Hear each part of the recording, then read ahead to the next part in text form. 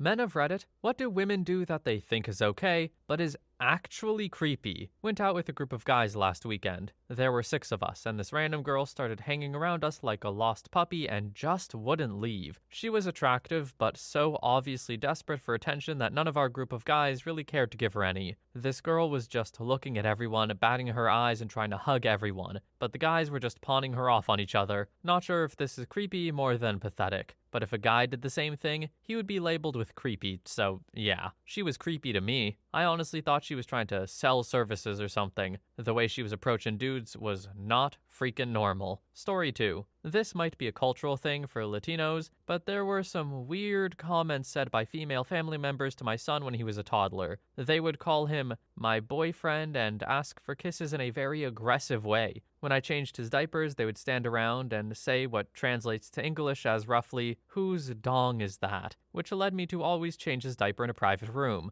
Even when told, "You can do that here, it's okay, we're all family." One of my aunts even commented on how his dong has grown since he was a baby.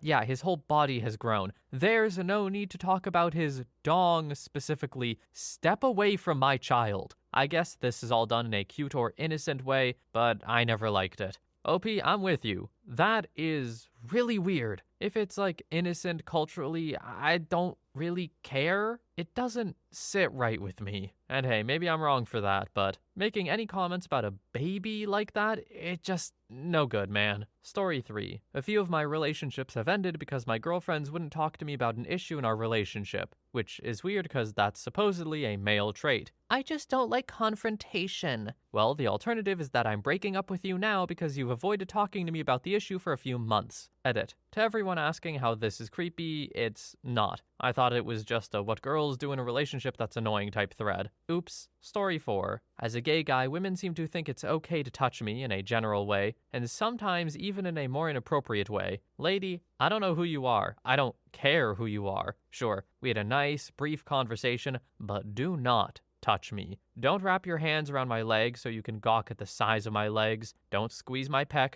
or think that I want a hug despite never having met you before. I'm avoiding physical contact not only to be respectful of your boundaries, but because I also have boundaries I don't want you to violate. Consent works both ways. Always. Don't touch me. Story 5. The way girls share really personal things about guys in relation to intimacy. Society and the media would have you believe that guys talk about it all the time and just objectify women they've slept with. I don't know if maybe I'm just hanging out with the wrong people, but honestly, the most you usually get out of a guy is that they banged girl. And the only time we discuss the details are when you're just like trading stories. But girls tend to like immediately report on things to their friends and share details that honestly could be embarrassing or uncomfortable for the guy. It makes me really uncomfortable and creeped out to think that if I slept with a girl, I have to accept that all of her friends are going to know every detail about the experience. Size, performance, how long it lasted, how I look. It just feels like a huge breach of privacy. Story 6. Not creepy, but when a woman sees a single dad with his kid and feels it's okay to tell them they're doing great. I get they may feel like they're being supportive or whatever, but the stigma behind guys not knowing how to raise a child is infuriating. I have 50-50 custody of my child, and she's raised brilliantly by both me and her mom. I can guarantee mom never gets random praises just for walking through a shop with our child, though.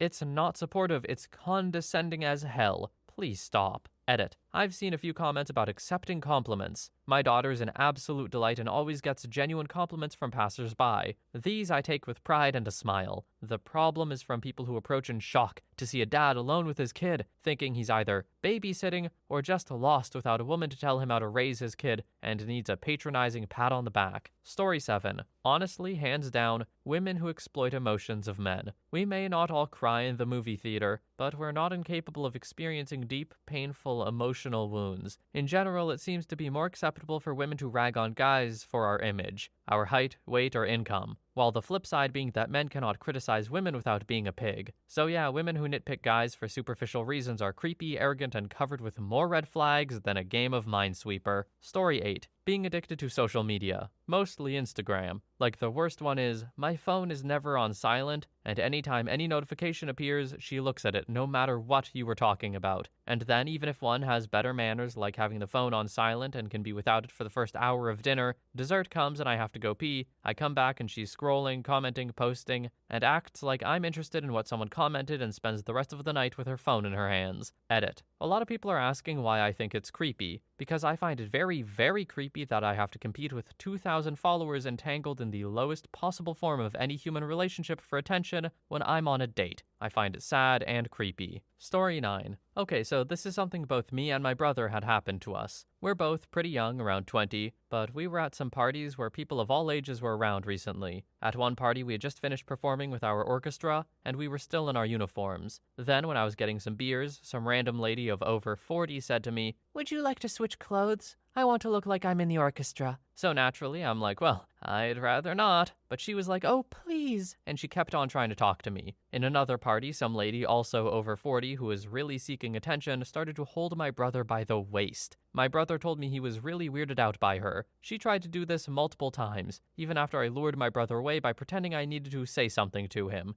I don't really know if this is something a lot of middle-aged ladies do, but them acting like that really weirded me out, and they seemed to do this as if it were the most normal thing in the world. Story 10. Treating men like trash and then justifying it with platitudes like something smashing the patriarchy. It's just cruel, prejudiced, and bigotry. It's no different from how abhorrently the right wing treats immigrants or Muslims or women. Also acting like all women are entitled to amazing intimacy with anyone they choose, but that men who are interested in it are automatically depraved, disgusting perverts. I'm frustrated and exhausted from trying to get ostensibly progressive women to realize that just because we're men, it doesn't make us any less human than they are. I'm not going to mention how I feel about the actual sentiments here. You can make those decisions for yourself. But I will say, I don't think this is really creepy. This is just being upset with the gender biases. Story 11. Trying to isolate us from friends, especially other women, and family, because they want us to focus on the relationship and prioritizing her emotional needs over everybody else in our lives. It's under the guise of wanting to develop a bond and get to know us better. But if you're paying attention, you can tell what's really going on. And also, having gone through copious amounts of domestic violence training at work, both as a requirement for employment and as part of the job since I record trainings, it is painfully obvious that this is something men do all the time to control women. Most of this thread consists of things which aren't limited by gender. Story 12. Perhaps not creepy, but I went to a metal concert to which I had planned to go alone. My girlfriend then suggested one of her female friends go with me. I was relatively indifferent, and just said that, yeah, as long as she likes the music, why not get to know the people you spend time with? Fast forward 1 week. During the concert, my girlfriend gets jealous of the friend she herself invited to go with me, calls me constantly, asks if I made out with her friend, and threatened to break up. I was hard-pressed not to laugh. The plan seems to have been to send someone to keep me under a lens, which backfired on account of the next layer of her trust issues. Story 13. Being overly eager to share certain personal details with each other. Also, once in a while, I would talk with an ex who I remained friends with, and she called me and asked if I wanted to hang out. I said, "Sure, I'm at home, come over whenever." And she replied, "Okay, I'm already outside." I didn't keep answering those calls for very long. Also, some girls that talk like children, like baby talk, and think it's cute. I'm in my 30s. I don't want to feel like a predator, thank you. You're also in your 30s and know how to speak properly. It's not cute, it's creepy. I think I get what Opie is saying on that last one in a more general sense, too. There's like some weird fetishization around acting and looking young. It's really gross. That I do think is really creepy. Now, would I blame women for that being the case? No, not really. But the fact that it exists at all is yuck. Story 14. In the workplace, they have a tendency to swarm very attractive men and act like complete imbeciles. I'm not talking about young, single women who are looking to date or even bang these guys. I'm talking about married women 20 to 30 plus years past an appropriate age to date them. Even if the dude is so freaking far out of their league, he's playing a different sport on a different planet. They flirt, ogle, grope, and harass these guys, and give no craps as to whether or not they're into it. They're too busy soiling their undies to care. These are the same gross old women who will hang one of those sexy fireman calendars in the office in plain view of everyone as if it were acceptable, yet would absolutely shriek if they saw a single male coworker making friendly conversation with a female coworker because it's not appropriate for the workplace. Consider themselves feminists, but actually just think men are an inferior species placed on Earth to perform difficult or unpleasant tasks, up to and including banging them. Story 15. Sometimes women flirt with or stir crap up with men, and then hide behind the perception that men are the instigators to preserve their reputation. This is wrong on many levels. Ladies and everyone else, please own your mistakes. For example,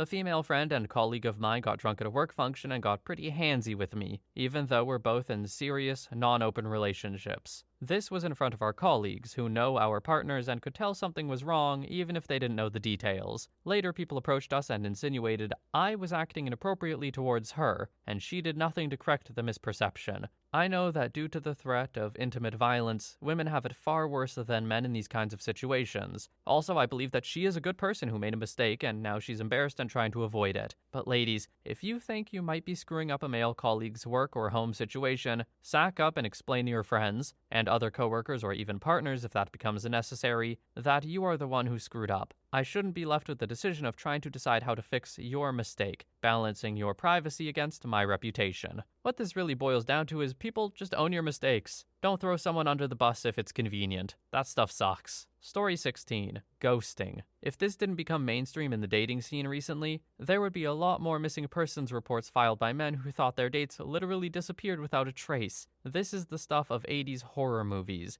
Ghosting is not an acceptable way to deal with most men. I get that there are abusers that need to be ignored for peace of mind, but there are few of those men compared to the number of times my friends or I have been ghosted. Ghosting gives men anxiety, depression, and leaves whatever problem you had with him to do it to his next state. If you don't like a guy, tell him and tell him why. You're doing society a favor. Story 17. I can't help but notice a lot of these, quote, creepy behaviors are really just toxic traits, not specific to gender, nor universal experiences of men. The women's one was more related to behavior society, particularly older generations, has deemed acceptable, and a lot of women have experienced. For example, no sane person thinks stalking is okay, and it's not limited to gender, whereas old men calling young women pet names is so acceptable that they get offended if you call it out. One thing I appreciated about the men's thread was the amount of men who agreed that their counterparts were out of line, or a lot of guys asking for better ways to approach women because they don't want to make them uncomfortable. That's all great. Nothing wrong with wanting to improve, and society gives men a lot of mixed information.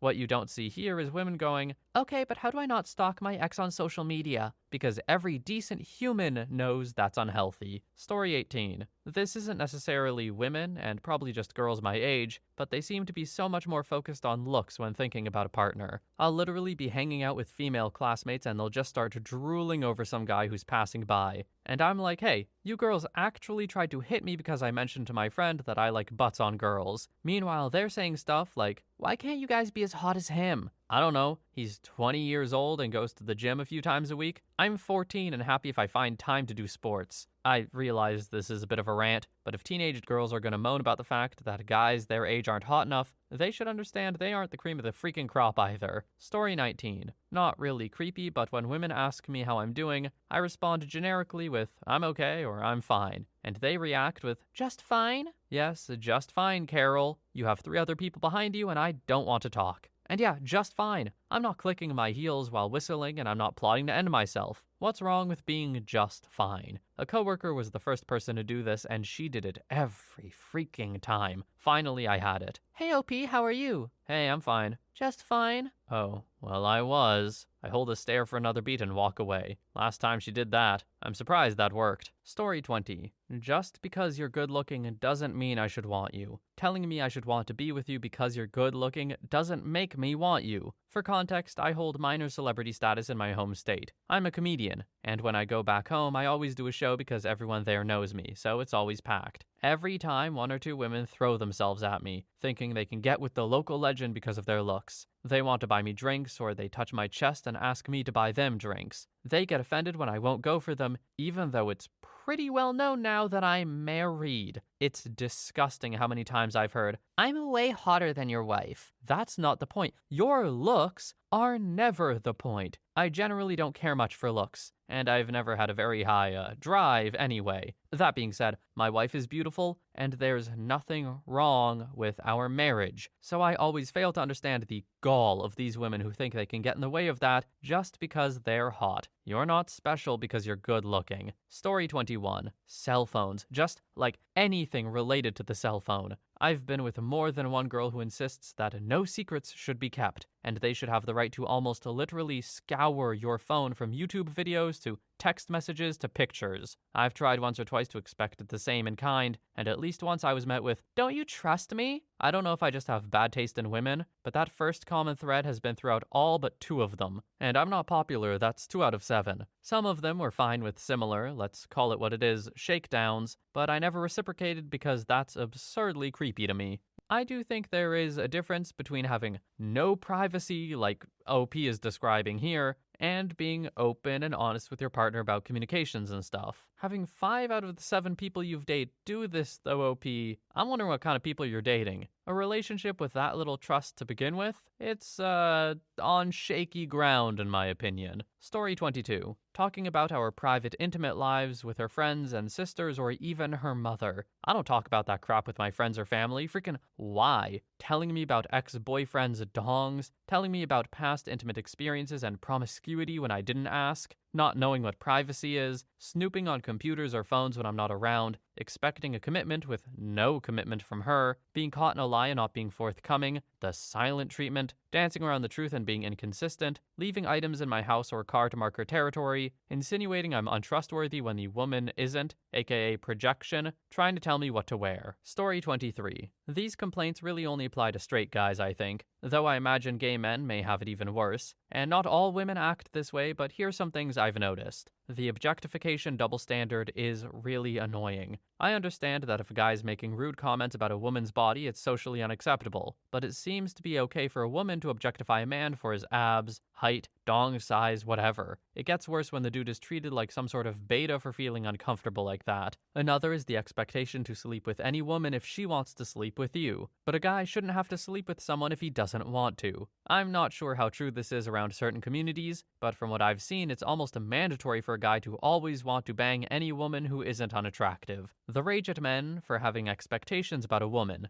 In my opinion, there's nothing wrong with people having their own personal preferences, height, weight, whatever, but for some reason a man can't have any expectations or like different types of women. It's socially accepted for a woman to want a tall, rather muscular man with a large dong or something, but if a man prefers a woman with a larger chest or a more fit physique or something, it's almost like he's committed a murder. I understand that at the end of the day, personality and compatibility should be the final deciding factor, but it still really is an annoying double standard. The view that men are less emotional and can't suffer the same amount of emotional stress a woman can, or the idea that traumatic experiences for a man are invalid, and the lack of privacy in relationships is annoying. This is certainly not all women, but it seems like men are expected to be 100% loyal, and the woman should have 100% control over what he looks at, who he talks to, what he's doing, but loyalty doesn't seem to be returned. A woman can flirt with who she wants. If a man expects to see her contacts or texts, which is creepy regardless of the gender, it's a violation. Also, I know this doesn't always happen, but a lot of the time it seems like when a woman cheats, society likes to make it into the man's fault rather than hold the woman accountable. Basically, double standards. Again, this doesn't apply to every woman, and I honestly think the group that acts like this are a minority, albeit a vocal one. But I just wish the golden rule could be applied a little better in our romantic culture. We want to be respected as much as you do, and we expect to be treated the way you expect to be treated. Story 24. A gay friend is not your best friend for only being gay. He's not automatically girly because of that. Treat him like a regular human, not a little sister or best friend. Men are not always thinking about banging. We are just touch-starved. But that doesn't mean you can put your hand on our leg and move it to our crotch. Don't do that. What's wrong with you? Don't tell a guy to be a man and brush it off. Let us feel our feelings, goddammit. We're not machines. We can wear purple, pink, and other fancy colors and not be gay. We like feeling pretty too sometimes. We're not mechanical geniuses just for being guys, and gardening isn't girly at all. We are not made for only 3 things. Story 25. Touching, especially being gay. Women cannot for the life of them stop touching us, and in ways that are super inappropriate, running their fingers through our hair, touching the beard, rubbing our arms, backs, chest, etc. They'll even grab our junk because, I just wanted to see if it was big. It's okay, you're gay. No, it's not okay. Do not touch me. Seriously, I'm at the point where if I encounter a group of straight girls, I walk away. I will not go out with women from work. I will always put someone between myself and any woman when we are out as a group. It's a big problem and not cool. Not cool at all. If I would touch a woman the way they touch me, I would be in jail by now. Okay, end rant. Let's also talk about being your gay best friend forever. I'm gay, but I'm a dude. I don't always want to be your best friend. I like to sit in my sweats, eat pizza, play video games, like a lot of dudes. I don't want to go shopping with you, critique your hair, makeup, or clothes, decorate your house, or go to gay bars with you. I don't go to gay bars, or bars, period. I hate drag with a passion, so stop trying to get me to cross-dress or watch RuPaul with you. I don't want to talk about your boyfriend troubles. I just met you. I do not want to come on a girls' night. I am not one of the girls. I'm a man. I don't want to drink Cosmos and gossip or play those mean girl games you adore. Ugh, seriously, when you're a gay man, straight women are the worst. Okay, now seriously, end rant. It's almost like assuming things about people because of their sexual orientation is wrong. Interesting. Story 26. At my last job, one of my female coworkers, for no reason and without any provocation in the middle of a conversation I was having with someone else, strokes my beard and compliments me on it. Like, walked across the room into a conversation she had no part in, just so she could do that. It was incredibly uncomfortable and I had no idea what to do in the situation. I didn't know how to react. I'm a really shy and nervous guy, so I basically shut down and didn't do anything about it. I hate people touching me in general unless I say it's okay, so to have someone I barely know touch my beard out of nowhere made me feel awful. Please don't touch people you barely know or don't know at all. You don't know what's going on in their head. It's incredibly inconsiderate, rude, and possibly offensive or even traumatic in some cases. Story 27. Act like they're into you, flirt with you, and tell mutual friends that they're attracted to you knowing full well you'll hear about it, and then play hard to get when you ask them out. One girl played this bullcrap with me for weeks. Then she got mad after I didn't keep trying to pursue her when she turned me down flat out. Not any hint of, she would think about it or maybe some other time. Just no, not interested. I didn't get a thank you for asking, no soft letdown.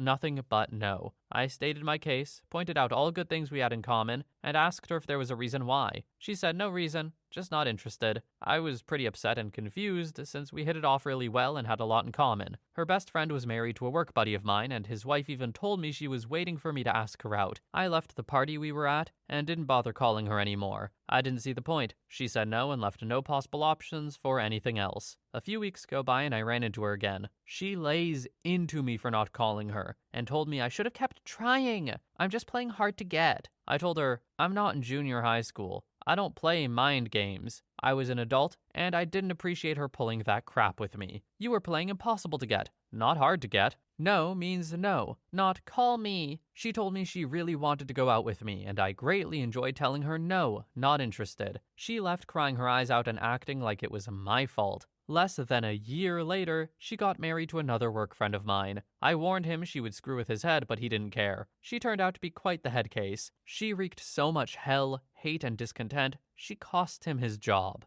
Okay, once again, not creepy, but I get it. Now, I'll be honest, hasn't happened to me. I have seen it happen, though. Friend asks someone out, thought it was going well, gets a no. Cool, whatever, be a little sad, move on. Then she's upset about it because he decided to move on with his life? Come on. Admittedly, this was when I was somewhat younger, like late teens, early 20s, but still. Story 28. I'm not a man, and I apologize if any guys here feel like I'm violating a safe space, but I see this all the time and I don't like it. When some women act like their male friends are their boyfriends, when they're possessive of their guy friends like they have an intimate dynamic when they don't. I've watched them ruin their guy friend's relationship because of their jealousy and entitlement to the guy's attention, manipulating the situation with accusations of his girlfriend being insecure when, in truth, they were insecure and afraid of losing their fallback guy. They didn't like that they would be losing the attention they used to get from that guy because he would be prioritizing his relationship, as he should. So the female friend in question threw a tantrum because she felt entitled to benefits not owed to her. This in turn destroyed relationships because the guy friends trusted his female friend's judgment, or the girlfriend was put in a compromising situation because of the competitive friend. In the end, he ends up single, pining after aforementioned friend, while she kept her boyfriend or lovers. I really don't like this. It's creepy, selfish, and self-centered, and is very rarely recognized. As a woman, I caught this in one of my female friends' behavior. I told her and she didn't even realize she was doing it. Like, how, sis? I even almost lost my relationship because of this exact problem. Story 29. Talk friskily about actors openly. At the movie theater for Avengers, a startling number of women talked pretty openly about which Avenger they would want to bang, what they would do with them, stuff like that. On its own doesn't bother me at all, but I couldn't help but realize that if it was reversed and it was men talking about female actors, it would have been pretty gross and way beyond the pale for what is acceptable. This is not a complaint about the double standard. I don't mind that they did this at all, and don't judge these women for being attracted to these very attractive superstars, but the literal descriptions would have sounded really, SAE if the roles were reversed. I think people would have been disgusted in that situation, whereas in this one it was the opposite. Passerbys were basically like, uh-huh, at one point. There's a lot of false equivalency here where people think this is unfair, but I don't. But it would have undoubtedly creeped out people if it were gender swapped. In my opinion, for any gender talking about an attractive superstar or something, depends what you're saying. Just like a good old, oh, that person's really hot, really attractive, really cute, maybe even a cheeky little would, sure, perfectly fine with me. When you start getting into real specifics and making it sound like a scenario you want to, like, act out as I don't know, that's when it crosses the line for me. And that goes equally for every gender. Story 30. Leaving someone else to date someone exclusively. It sounds romantic, I'm sure, to some people. It's not. It makes you look terrible. Point in case. I sat next to the only female in my programming class. Throughout the semester, I got to witness multiple guys come up and give their numbers despite the fact she had a girlfriend. We got to poke fun at the situations after. Super cool friendship. We get to know each other a bit more. She finds out I've had a girlfriend for the past year. The end of semester comes up and she approaches me between classes and says, "So, I left my girlfriend. You should take me out this Friday." I tell her I had plans with my girlfriend. I didn't. And she just responds with, "So?" It was a bit trashy. Every time after that, I got to use the excuse, "I'll be with my girlfriend." Super useful. I ended up passing by her ex a little after that, and the poor girl was destroyed not knowing why she was dumped. Admittedly, I wasn't with my girlfriend all those nights because I had a second programming class at night. Story 31. I have a few things. My ex went to an art institute, so she had a lot of lesbian/bi girlfriends. She was pan herself. For some reason, a lot of those girls think it's okay to just grab or slap her butt or grope her without consent, or even without familiarity with her,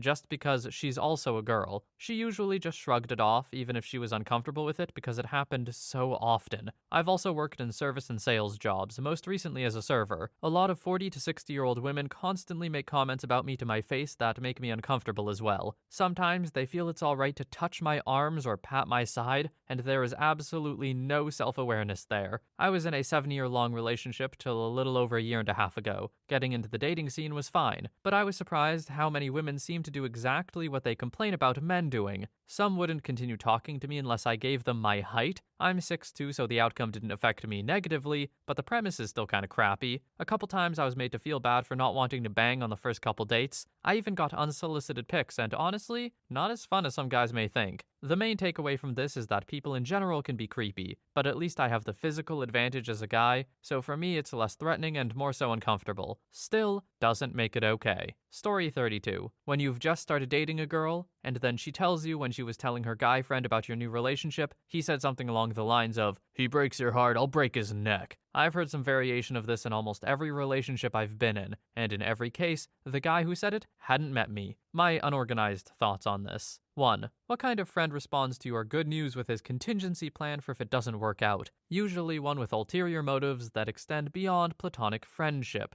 If your relationship hits a rough patch, this guy is one to watch like a hawk. A shoulder to cry on becomes a chicken to ride on. 2. Thanks for passing on the unprompted threat of violence. It makes me feel great. Why did you tell me this? Whatever the reason, I'm now going to be tense and hypervigilant around this person instead of acting naturally because they have threatened me to the extent you thought it was necessary to tell me. I see likely 2 reasons. Are you trying to intimate that you have people that care about you? Instead of passing on a threat, you could just say something along the lines of, "X is a close friend of mine. He cares a lot about me." Is this some sort of test? What do you see as the optimal reply from me? If this is a test, there are a handful of responses with predictable outcomes. I passively accept the threat and look like a pushover. I ask my first question, what kind of friend responds to your good news with his contingency plan for if it doesn't work out? and you now assume that I disapprove of your friends and there's a conflict. In addition to the previous point, I also ask, why is it okay to pass on violent threats? Which adds an additional layer to the conflict of me now disapproving of your ethical choices. Or I say something like, that will never happen because this relationship is the real deal, and hide my real feelings on the subject, and the friend, which we know is super healthy. And look, ladies, I understand this happens all the time, because there are always male friends on the sidelines who have entertained the thought of it being more with you. If you think it's necessary to notify me of any planned retributive actions in the event our relationship doesn't work out, let me know so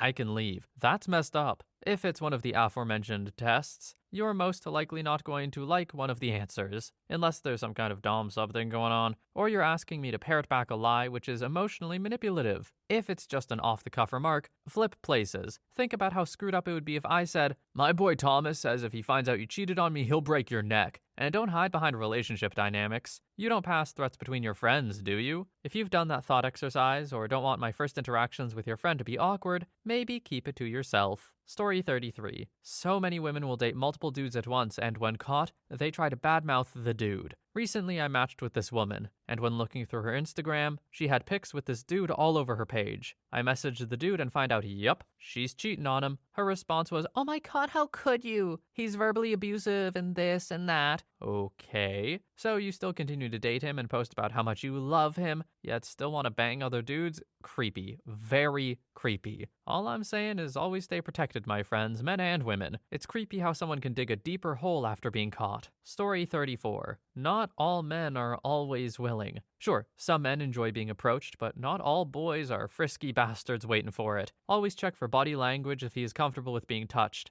Ask him if you think something is wrong, or if you're not sure about anything else. And if you wish to bang, make sure you have clear and blunt consent regardless of the circumstances. If anything, intimate activity towards men is not all that different. The same rules still apply. You still need to treat them like human beings and try to understand if they're alright with what you're doing. Edit. And while I'm here, I did this just to test you, will make anyone want to distance themselves from you immediately. It's a sign of obvious hostile intent, and you might as well say, I'm trying to figure out how to manipulate you. Story 35. After the breakup. Being at the same event, fine. Staying too late so that I'll let you stay over for lack of public transport, fine. Sleeping in the same bed, fine. Wanting to smash and accepting after being told there was no way we'd get back together, fine. Complaining weeks later that I smashed too well and that you thought we would get back together, not okay. I don't think I'm a god in bed or anything. I think she just wanted me to treat her like garbage or something. Asking someone I barely know to ask me not to be at a national event attended by tens of thousands because she wanted to be there but didn't want to risk seeing me with my new girlfriend. Trying to keep mutual friends/acquaintances from being friendly to the new GF. Battering your SO because you want them to hit you back. If you have low self-esteem, date someone you know has a history of violence and leave the well-adjusted men to the healthy women.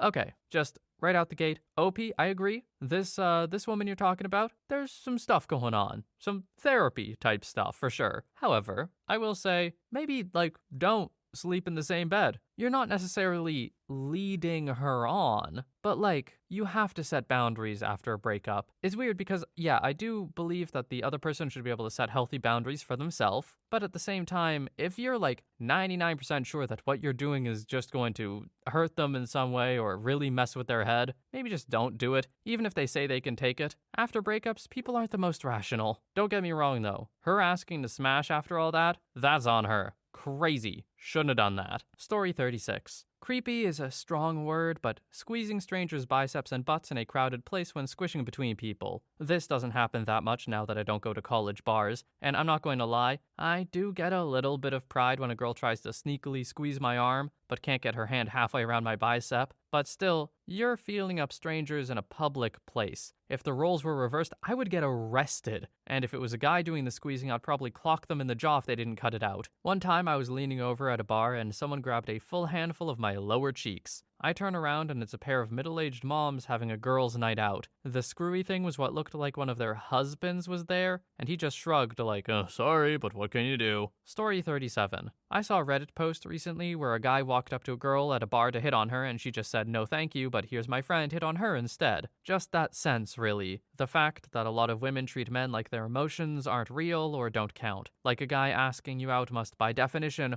only be after one thing, and clearly must not have any preference as to who he gets it from, so it's totally fine for her to just demand he change targets. Anything in that genre, really. Anytime women just act like men are dogs to be given orders to, or anytime they assume we don't have any emotions, or that our emotions are simple and basic, or that our feelings and opinions don't really matter. Never ever think that I can't be sexist, I'm a woman. Also, not that this impacts me directly, but still, when white women act like they face the exact same challenges as women of color. I kind of get what OP is saying, but also, I don't think they picked a very good example. A guy walking up to a girl at a bar, trying to hit on her, there is very little, if anything more than surface level attraction there. I don't think it's disregarding emotions to be like, I'm not interested, but my friend might be. I don't know. Just the post that OP is talking about, I don't think gives the right vibe for what they're trying to say. Story 38. Too much interest always creeps me out. One girl used to comment on literally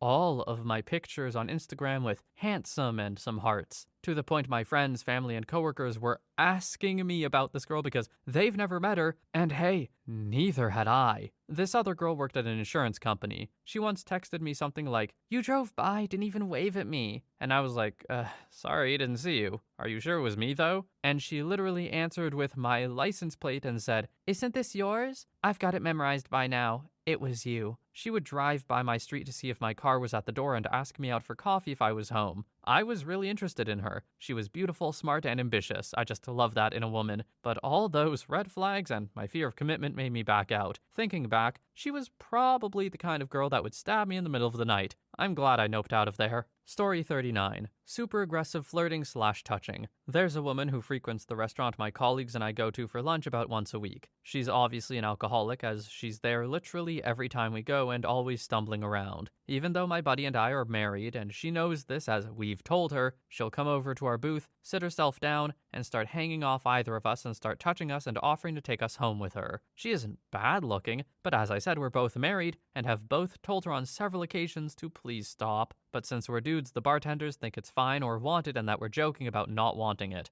I know men do this too, but I think most know it's jerky when they're doing it, making it worse to be honest, whereas she seems to think it's all a big joke. Story 40. Even though I was only 10 when there, creeps would do this. Women in their mid-50s to 90s shouldn't be catcalling guys as, "Hey handsome," or "Too bad I'm too old for you." The worst of this is that I told the manager and my parents about it and they both refused to do anything. My parents still forced me to volunteer there at the Knights of Columbus. Now I know why they make the jokes about the church assaulting young people. I wasn't assaulted, but still it was creepy. Story 41. So, backstory. Had a crush on this girl for as long as I can remember. Recently, she started getting pretty flirty, so I finally decided to take action and tell her how I feel and ask her out. She says the usual bullcrap, along the lines of, "Oh, you are super sweet, but I don't like you like that right now." Of course, I'm sad, but it's okay. Whatever, I went for it and it didn't work. Not the end of the world. Now, me and this girl are also in a super close group of friends. Me, her, 3 other girls. We have all had conversations about life and relationships, and she was quite adamant that she hated when guys played with girls' feelings. Fast forward to now. We will all be hanging out, having a great time, and for no reason, she gets super pouty. I ask her what's wrong, and she says to go away. Naturally, to not anger her further, I leave her alone, only for her to yell at me for not comforting her, even though if I try, she throws things at me and kicks and pushes. And then later that night as we're leaving, she will run up to me, give me a peck on the cheek, and then run away giggling. So naturally, I'm like, what the hell? I ask the other girls and they say they realized what she's doing. And when they confronted her about playing with my feelings, she started laughing, telling them to calm down and that she was just joking with me. The worst of it is when we go out to the mall or something, she immediately steals my jacket and runs away, expecting me to chase after her in the middle of a crowded mall. So I know what she's playing at now. I don't give her a reaction anymore, to which she chucks a full metal water bottle as hard as she can at me and hits me in the eye, leaving it swollen and black. Then calls me a coward. Still, I don't give a reaction other than my cry out of shock and pain, so I gently toss it back to her, and when she fails to catch it and hits her finger, she throws a literal temper tantrum. She then ran out of the mall and took the bus home with my jacket, blocks me on everything, and complains to the other people in the group about how I'm such a jerk, and they tell her to shut up. Went to go get my jacket when we got back, and she threw it out into the street in the mud and rain. I'm a provincial level biathlon competitor, and that was my team branded jacket from when we won provincials, and she knows how special it is to me. Story 42. This isn't something creepy, but I feel that because I'm a man, that means I don't cry. I cry all the time, but I'm always told man up, like that freaking helps. I also think that sexism towards men is still sexist.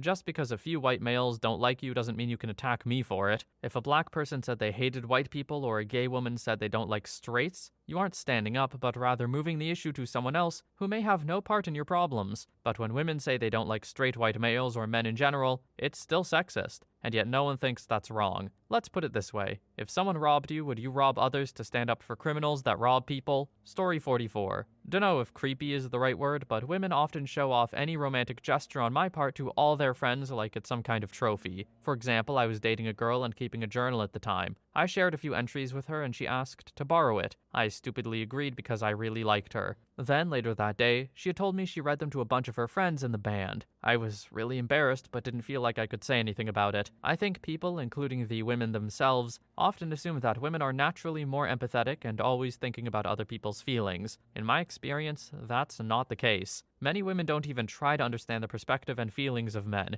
even their significant other. Story 45. Breaking up with a guy for the express purpose of dragging him back and forth, trying to make him jealous, breaking up, getting back together, and then breaking up again. Here's the story of a miserable coworker of mine, female. 2 years ago, I broke up with a guy I'd been with for 9 years. Nothing dramatic. We had just run our course and the relationship was no longer working for either of us. And my coworker was weirdly obsessed with wanting me to stay in touch with him to make him miserable, jealous, etc. I said, if I still wanted to be in touch with him, I wouldn't have broken up with him. Plus, it's really not fair to either of us to play those kinds of games. A breakup is a breakup. He's not a monster, but I don't want to see him anymore. When my birthday rolled around a month later, oh boy, you would have thought he committed the cardinal sin of not calling me. He didn't call you for your birthday? That bastard. Aren't you so mad at him? No. Because considering I broke up with him, I'm pretty glad to have not had an uncomfortable conversation with him on my birthday. She was stunned, and all of a sudden I got it. This is someone who likes a drama, who is fine with a breakup, but only if it gets prolonged and antagonized and back and forth until the cops are called or something. This isn't someone who understands clean break. The glorious drama is so much better, I guess. This doesn't make you attractive. This can apply to both genders, but if you break up with someone, no one's going to be impressed if you keep dredging up the drama by ripping the band-aids off of old wounds. Just let it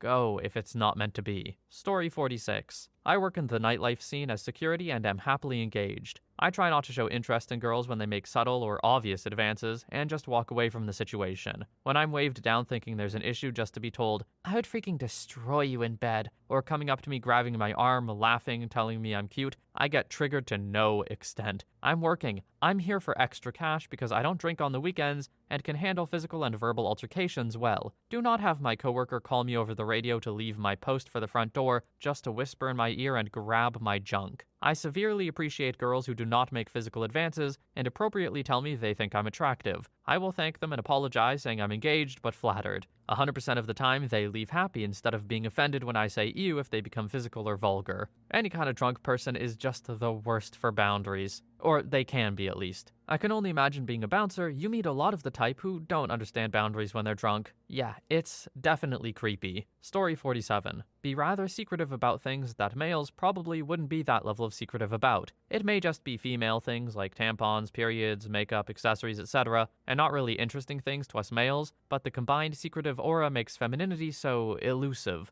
On the contrary, when I see males obviously trying to be mysterious, I find it super cringy, because the dumb tactic only serves to hide their boringly obvious agenda, or them wanting attraction/attention, ironically. How about trying not to be mysterious? See if you can entice people without the ambiguity of what you want and what you have to offer. Or would the reality be too exposing of you? and too damaging to you and your potential. Story 48. Everything women complain about men doing. Here's an example of a double standard in music form from 3 different songs, one of which prompted a crap storm and the other 2 were accepted as perfectly fine. 1. You choose to look the other way. I've had to work much harder than this for something I want. Don't try to resist me. Don't try to run, I can keep up with you. Nothing can stop me from trying. You've got to open your heart to me. 2. You better choose carefully because I'm capable of anything and everything. Because once you're mine, there's no going back. 3. Maybe I'm going deaf, maybe I'm going blind, maybe I'm out of my mind. The way you grab me must want to get nasty. Go ahead. Song 1 is pretty clearly stalkerish behavior demanding attention. Song 2 is a declaration that consent, once given, is irrevocable. Song 3 is someone who is literally being essayed, offering consent and requesting continued interactions. Of those 3 songs, the one that is most in line with modern-day understandings of consent, the one that was centered entirely around validation of the addressee's choices, is the one that created the most furor. So imagine if it were Robin Thicke saying, "Don't try to run, nothing can stop me," and "Once you're mine, there's no going back," and Madonna or Katy Perry saying, "Go ahead." No, ladies, if you wouldn't want a random one of your male friends doing these sorts of things to you, don't do it to men. I don't know which songs these are from, so I couldn't sing them even if I wanted to, which I don't know. Copy strike on YouTube, horrifying. But I don't know if I 100% agree with OP here. Number 1, yeah, that's creepy for sure. Don't try to run, I can keep up with you. No thanks. The second one, I don't 100% understand what they're saying, because OP said that it's saying that consent once given is irrevocable, but that's not exactly how I read the line, once you're mine, there's no going back. In my mind, that reads much more as just like, once you have me, you won't be able to get enough of me sort of thing, so don't 100% agree with them there. Anyway, song lyrics have been creepy for a while, so I get the general vibe. I do agree with OP that I think it would create more outrage for a man to sing something like the first one than a woman, but either way, I don't like it. Story 49. On this one, mileage may vary since many women might consider this creepy too, but I've seen it happen a lot and heard women talking about a lot more than you'd think, checking out dudes' dongs or commenting on them. I have a slight limp. On several occasions, women have commented on me being bow-legged. I never really got why. I walked into a room with 5 to 6 girls to drop something off once. One girl commented on it. I must have made a face, so she said it's not a bad thing and winked. I realized all the women were stifling giggles. I was mortified. Another time, a girl at my work told me that the women check out my package since it's always got a visible outline. Now, I appreciate she told me because I didn't realize. Now I wear jeans as much as I can, and I'm careful about the fit of the slacks I buy. But again, I was mortified. After these incidents, I was stunned.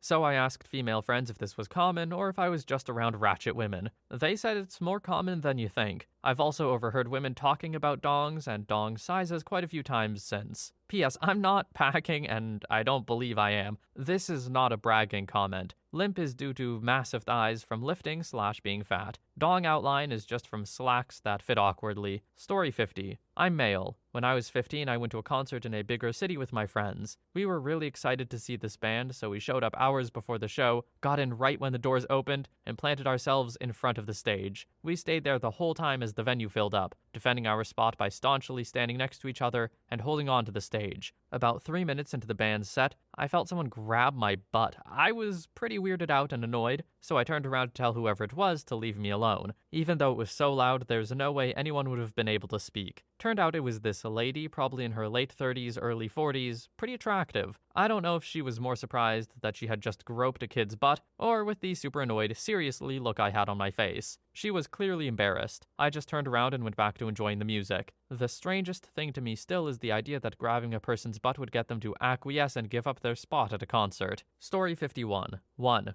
Grope me when you're drunk. I get that you feel more comfortable because I'm an employee, security. Women just feel more uninhibited. I've never been outright hit on, groped, approached, or complimented more than at a security job at nightclubs. This one girl I'll never forget. As she groped me, she looked me directly in the eyes as she walked out of the club, in front of her boyfriend. It was the most confidence I've ever seen. On a scale of 1 to 10, she was a 12. I was thrown off by the utter lack of inhibition and confidence. I just stood there like an idiot. 2. Laugh at all of our jokes. If they aren't funny, don't laugh. Over-agreeability gets creepy if you stick around too long. 3. Be an ex and send messages to me that says, cute, to a picture of me and my new girlfriend. What? 4. Tag along. If it's me and 3 other dudes and you lost your friends, that sucks. If we are clearly headed to another bar, you're just coming along for the ride when we've been shrugging you off, it's time to go home. If you're helplessly drunk and you've lost your phone and purse, it's not my duty to protect you or get you home. I literally had a beautiful woman banging on the shuttle van windows as we were driving off because she couldn't get herself home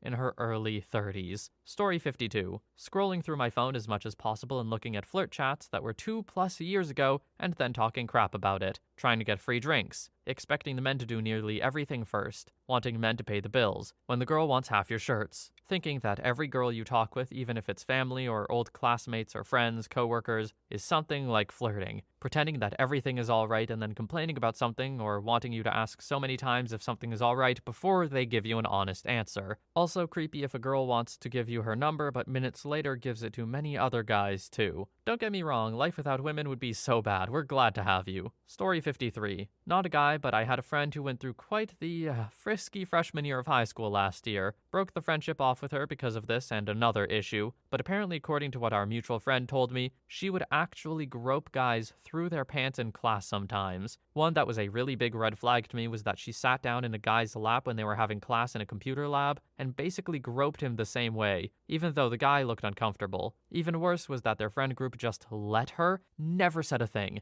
The three of us went to different schools. My two friends to the new STEM high school that had opened up in time for our freshman year, and me to the older high school everybody would have gone to if the new one hadn't opened up. They validated it as her doing her usual weirdo crap. I'd been friends with the ex-friend since 5th grade elementary and known the other one since then too, but only got close with her to the point of meeting a lot of her family in 6th grade. I will admit I was surprised to find out that the ex-friend was pretty two-faced, treating our mutual friend like crap when no one else was around, but converting to a completely different person when someone was watching. Story 54. Treat their gay male friends as objects for their pleasure, and claim dibs on their seed if they can't find someone to have a baby with. Sorry, Felicia, but when I say I'm gay, what that means is I love dong. Don't like what you've got. That isn't an invitation for you to grab my junk, rub it, and say, I'm going to get you hard and screw the gay out of you. Also, when I say I'm child-free and will never father a child, what I mean is I am child-free and will never father a child. I don't mean, well, I don't want kids, but my seed is up for grabs. I don't care that you think I have great genetics and would make beautiful babies. I also have a number of hereditary health problems that I will never allow to be passed on to someone else. Ladies, if you have a gay friend in your life, treat them how you want to be treated. If you don't want people groping you, putting their hands down your pants, telling you that you're going to be an oven for their children, well, maybe don't do those things to who is probably the most stable male friendship you have. Straight male friends don't act this way with gay guys, so why are you? Just because we're gay men, that doesn't mean it's not assault. Story 55. Disregard consent. Assume men always want it no matter what.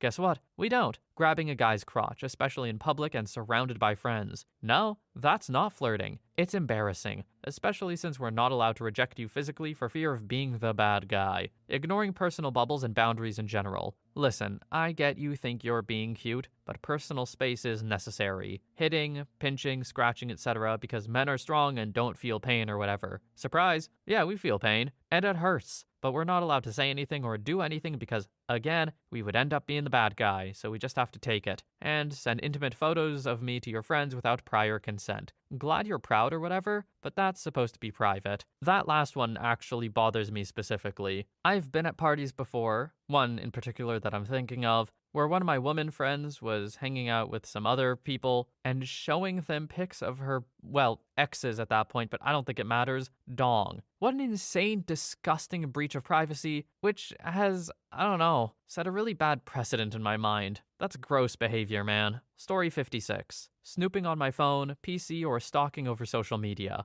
I have nothing to hide, but just ask. Let's have a conversation, and I'll show you what I'm comfortable showing you. Your kitty is not an all-access pass to my every thought, word, or action throughout all time. Snooping is a deal breaker. Privacy is a right, not a courtesy only extended after that privacy has been violated to assuage any paranoia. You may say trust is earned, but violating the rights of others to put your own mind at ease doesn't establish trust. Quite the opposite. It means I'm not even viewed in your eyes as a person worthy of basic human dignity. I'm just a tool for you to feel better about yourself. My rights will be subordinated or discarded on a whim to satiate your emotional needs in the moment. For trust to exist, there must at least be the opportunity for honesty. So if you have a question about me, ask me, and give me a chance to show my honesty. To the future girlfriend who's sneakily reviewing my post history, have the decency to stop here, and integrity to admit your mistake. Those at least may be redeemable qualities. I could forgive such a transgression once, but not the disrespect of continued prying. If you can't respect that, you don't want me, and I certainly don't want you. The entirety of the rest of the post aside, for trust to exist, there must be at least the opportunity for honesty goes pretty freaking hard. Story 57. Not exclusively a woman thing, and it's mostly aimed at celebrities, but yelling at celebs that you want to blow them or something like that, something I've always found creepy. If it's a woman, it's mostly celebrated / laughed at as something harmless, whereas if it were a man, it would definitely qualify as harassment. I think this is part of why people don't take male victims of assault very seriously. Not a huge part, but a small part in the massive pile of small parts. Edit. What I mean by the last part, since I feel I should elaborate, is that when women go out to try and hook up with men, most of the time it's seen as empowering. When women hit on men, it's seen as taking charge or something along those lines. When women are hitting men, insulting them, or causing scenes in public, clearly it's the man's fault at all times. When she's humiliating him in front of other people, going through his stuff, his phone, trying to figure out everyone he's talking to, etc., it's seen as a normal, healthy relationship, and it really isn't. It's a deeply unhealthy, and people don't want to believe it because women are usually the victims of assault and domestic abuse. But women can also absolutely be abusive pieces of crap. Speaking from experience. Story 58. Not sure if this counts, but a few weeks ago my aunt was in town, my mom's sister, and I was with them at my grandparents'. My mom and aunt go on a long stint on how handsome I am. I normally take this with a grain of salt because it's family. That's just how they are. But they were going on and on about how nice my hair was, and my eyebrows and teeth, which was,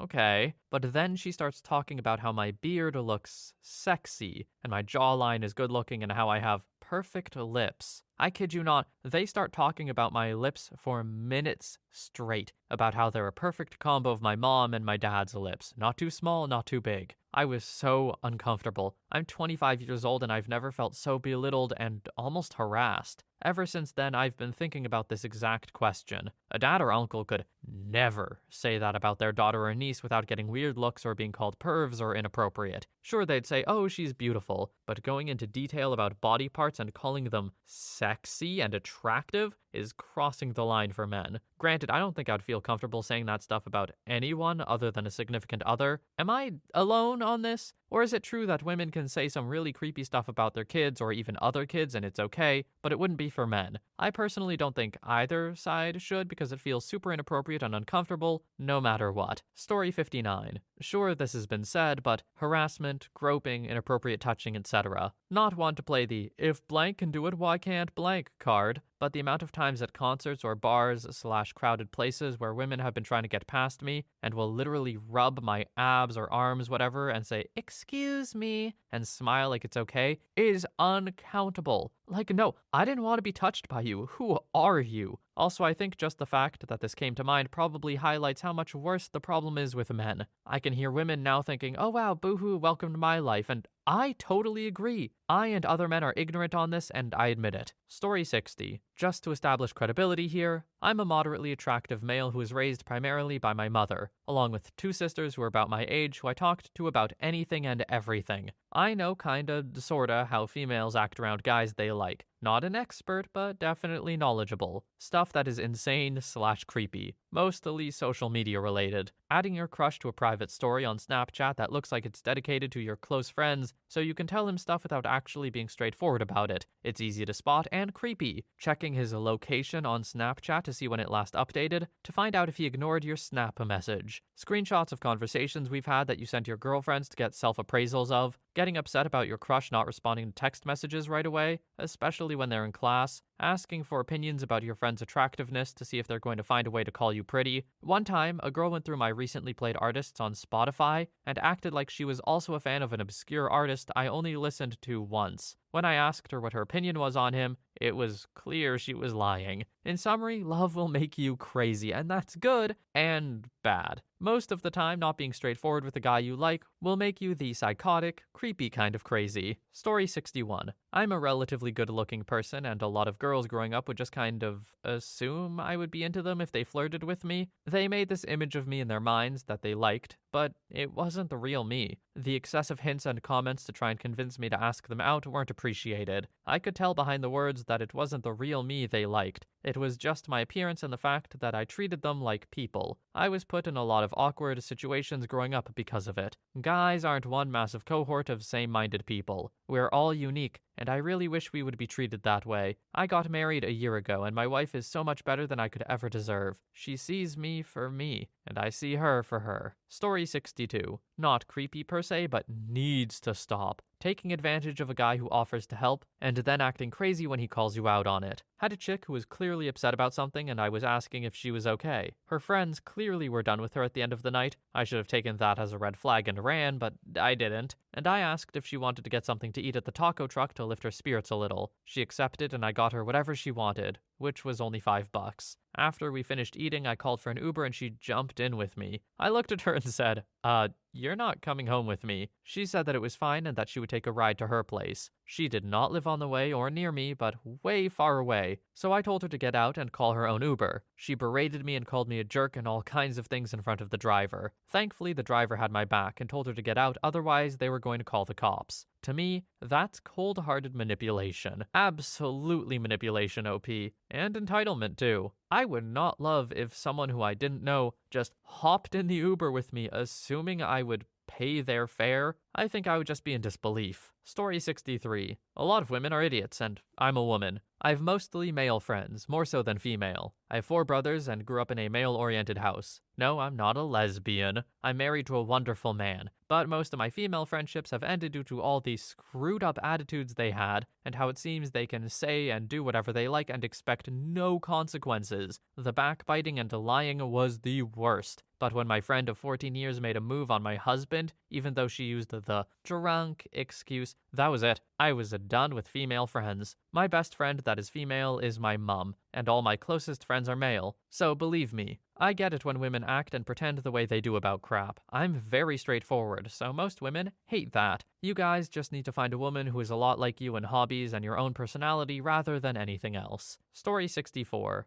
I'm a black guy with a nappy hair, and the number of women who just put their hands in my hair without asking permission is mind-boggling. Just because we're talking about hair doesn't mean you've got the green light to start jamming your fingers wherever you'd like. I can only imagine what it would be like if I walked up to a woman and rubbed my hands through her hair without even asking. I even was at breakfast with some friends once, and an elderly woman was sitting with her presumed husband, and as they got up, she tapped me on the shoulder and said, "Young man, your hair is just so different and I've never seen anything like it. May I please touch it?" My friends started laughing, but I felt super awkward because if I say no, I'm kind of a chicken for refusing this older lady, and if I say yes, then I'm letting something happen that I definitely don't want to. Story 65. Unwanted frisky attention. I've walked into a club and had a girl walk straight up to me and kiss me. No introduction, no consent, not even a hello. What if I'm not into it? What if I had a girlfriend? Also, girls who can't take no. I've had one literally beg to smash. Granted, she was drunk, but I told her no a dozen times, and she settled at, "Let me at least see your dong." A no wasn't good enough there, too, and she eventually straight up groped me.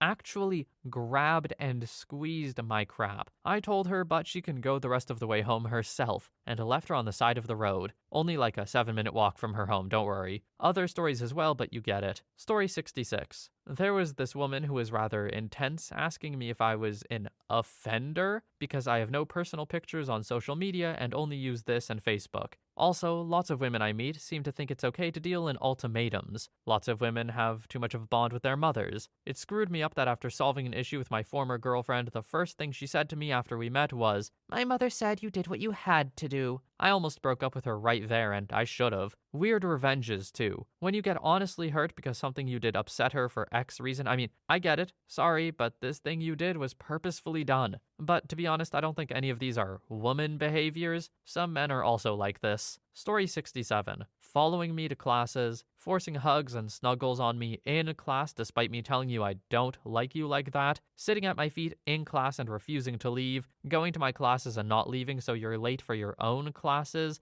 joining every Google Plus community I'm in despite not having anything to do with the subjects of them, only starting to play TF2 because I play it, and because I told you not to join the TF2 community because you don't play it, and in fact, I think she made her Steam account just for this crap. Having your friends take pics of us without my consent, forcing me to hug her so often her makeup, she wore way too much, rubbed off on my hoodie. I wasn't even comfortable touching her, but her friends made me hug her when I dated her for a few weeks. To keep her from self-harming when she inevitably moved, it was a huge mistake. But above all, I told you I don't have any feelings for you. You only like me because I paid a small amount of attention to you on the first day of school because we were both lost looking for our same class. Why am I still online friends with her after she moved? Story 68. BuzzFeed type articles with faux cutesy headlines like, "We need to talk about Justin Bieber's abs." The article is usually just a bunch of photos of men's body parts with some coy idiot woman commenting, "I just can't." I think this is done as a response to the way men supposedly objectify women shamelessly, except there are no idiotic articles saying, "We need to talk about so-and-so's breasts now." So it's like a weird case of women participating in behavior they hate to a much worse extent than even that behavior they hate to make a point. But the only point made is women are creepy and can get away with it because of woke culture. In the interest of fairness, I don't cut stories out because I disagree with them. So, I read this one. And while I agree with, the first couple points OP makes, I can't take them seriously when they say woke culture. I promise you that woke culture, whatever that means to you, is not helping people get away with being creepy. If you really want to complain about it, call it double standards or something. But I cannot take the phrase with a modicum of seriousness. Story 69. Demanding that I treat your parents, especially your father, with respect bordering on reverence right after we meet. I don't know these people. I'm not going to just obey what they say because they managed to spawn a human being I like. This was a huge sticking point that ended one of my previous relationships. She expected me to obey her father as if his word was a law, despite him generally having no respect for me. She really didn't like it when I told her respect was a two-way street, and he would have to earn that level of respect just as I would have to work for his. And to be clear, I wasn't saying I was going to be disrespectful, just that he wasn't going to get the same level of respect as, say, my own parents from day one. I'm from the Midwest and respect is deeply ingrained. But that wasn't enough. If he said jump, I was expected to do it just because his daughter and I were dating. No. I don't need your daddy issues controlling my life. Story 70. They compete with all the other women we value in our lives, i.e., they incite a competition where none needs exist. My longtime girlfriend, very good about a lot of other things, very good for me in other ways, has made a habit of cutting down my mother and my sister at every opportunity. I found out she left certain very hurtful comments on my sister's blog, for example. When confronted about it, she rationalizes it. She tries to convince me that my sister is a clinical narcissist, deserving of everything she gets, and that I'm basically a mama's boy who will always take my mom's side over hers. I've let her know that if she really pushes it to a point of a choice, she shouldn't count on my choosing her over them, and it seems like she can live with that. Those are the terms of our uneasy truce over the issue anyway. Story 71. Knowing my name and the area I live in before we've even met, constantly do unsolicited tasks like carrying bags and fetching me private stuff before we've met, after we have one brief conversation where we introduce ourselves, follow me around school, pretend to do the cliched book bump from movies, and suddenly start turning up to my dorm room in the morning, turning up to every open day I attend after asking me whether I'm attending or not, turning up to group-specific stuff I organize without an invite, followed me from my house to the park/store a couple of times, dating no guy for more than 3 months and then immediately moving on to another guy who for some reason has to be friends with the ex, asking me out after a total of 6 brief conversations while dating one of my best friends, threatening me after I refused to date her and questioned why she would do that when dating my friend, deleting and saving specific Snapchat texts to change the entire context of the chat, telling everybody of every time she stalked me but saying it was I who stalked her, making 4 Snapchat groups to make memes calling me creepy, convinced her friends to also make these memes, made her own memes calling me an assaulter and sharing them with everyone, spreading these rumors, losing me all my friends, tried to blackmail me to give her tickets to the Fantastic Beasts premiere in return for her telling everyone it was all a joke, started dating another one of my friends and sent him down a really dark path, broke up my friendship with her new boyfriend, convinced her new boyfriend to spam me with thousands of junk emails every day, convinced her boyfriend to continually try to gain my password and credit card information with phishing links, made fake social media accounts with random names or of other people I know and saved all my photos and later continually asked me to meet up. And if you're reading this, hi, Sophie. Story 72. I got a few. I don't know about creepy, but definitely gross for sure. Don't talk about your intimate history in detail to random people, or anyone that isn't your SO or the person involved for that matter. Saying things like you have sore arms from jerking your boyfriend, going into details about getting screwed in the butt, how he tastes, or how he nuts on your back, it doesn't make you cool or one of the bros. And by the way, this applies to men too. People, what you do behind closed doors is no one's business, but yours and the person/people involved.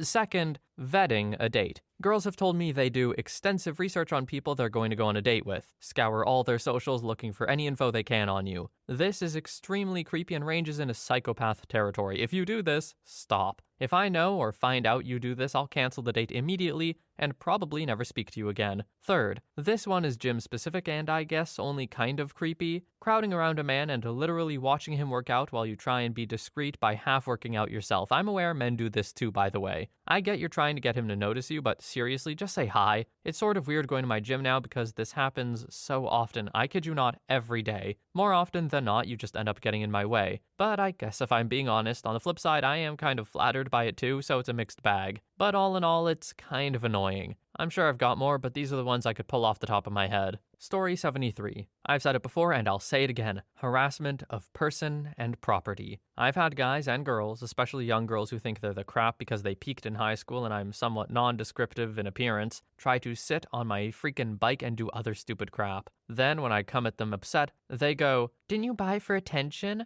No, most guys I know don't. We buy it because we love motorcycles. And for folks like me, we don't appreciate you damaging thousands of dollars in parts, and we want to be left alone. It's why we're isolated in a corner of a gas station, not out front. Would they like it if I tried sitting on the roof of their car? Probably not. And then we move on to older women who get creepy and angry when rejected. I've been called gay amongst other things. No, I'm not, but lady, you're probably older than my mother, and I'm already spoken for, and even if I was gay, what would it matter? Guys don't always want or like attention. And this is one I personally deal with occasionally, but stop hitting on your Uber drivers. You're drunk, you smell like a nightclub, like me after a gym, overall terrible and smelly, and I don't want the clap or crabs. No, I don't drive Uber because I want to hook up. I do it because it's a decent side cash to pay for things. And for the love of God, do not touch your Uber driver. It's not only rude, but can be a bit risky seeing as how they're driving. I have numerous other things I could state. I go to a somewhat odd college mixed between hardcore STEM and feminism degrees, so both radical left and right are represented. I've seen some thirsty dudes be real creepy, and I've seen girls also be really creepy. Either way,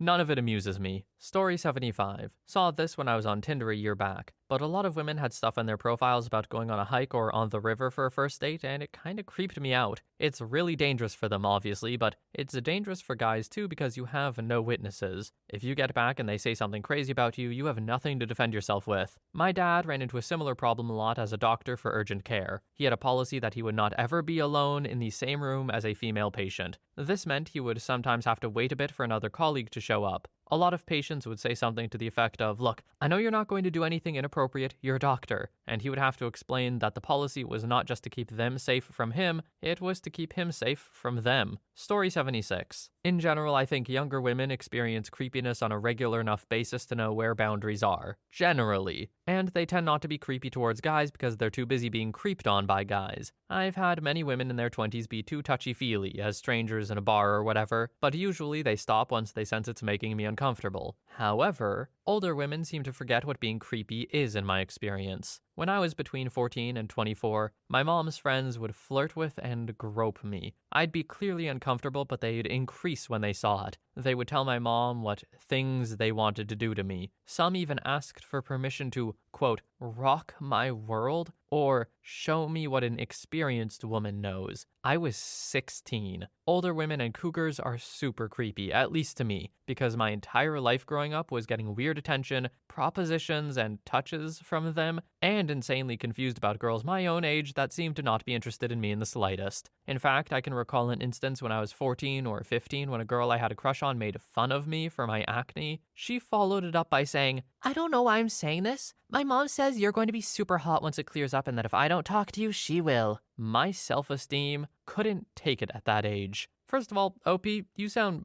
like a victim. Sorry about that. But what the hell was that last girl talking about? First of all, why would her mom say that to her? And second of all, why would she tell you that her mom said that to her? Something ain't right there. Story 77. A lot of women out there seem to think that unsolicited touching of strangers is totally cool when a woman does it. Ask yourself, would this creep me out or make me upset or make me feel somehow violated if a man did it to me? And if the answer is yes, don't do it. I can't count the number of times I've seen a woman decide that just up and sitting on a guy's lap is an acceptable first move and then act like he's the jerk when he freezes or is otherwise unreceptive. Toxic masculinity is a complex beast, and what are you, gay? Is one of its many heads. Knock that crap off. A man turning you down is no more an insult than you turning a man down. Be a grown-up about it and hope for better luck next time. Also, a lot of the same women tend to give their own teenage relationship with a 28-year-old man a pass. Lady, you aren't mature for your age. He was a loser, and you were incalculably lucky. That's all he was. Story 78. On many occasions, I've witnessed women going into men's bathrooms when the women's room has a long line. This typically happens at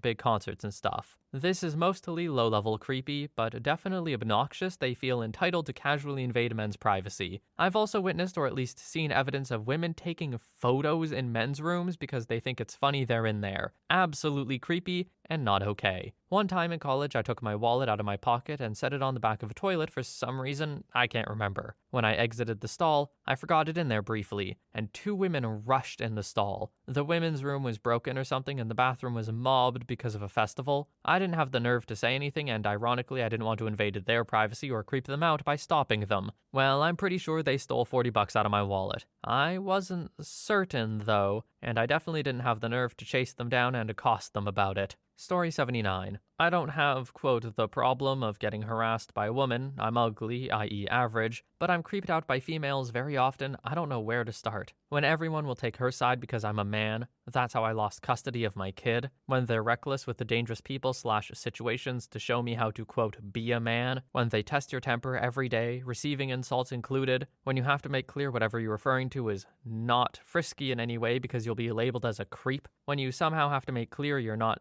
gay, too. When they call me short because I'm 5'8", when they like to brag with other men kissing them in front of me, when they laugh and see you as a buffoon, when they ignore you but all of a sudden they're being nice for a short period of time because they need something from you, when they lie very often or shut up to avoid controversy or take advantage of some situations, when they're labeled as empathetic while in my personal experience men are more prone to have empathy. Women just know when to talk, what to say, and when to shut up. I feel uneasy when I have to deal with a female boss. When they ignore me when I want genuine friendship. When they can't talk to you straight and honestly. When they say one thing and you took it literally but actually meant something else and get mad about it. When you're dating somebody for a significant amount of time and she says she loves you but she leaves anyway. Whoa, OP.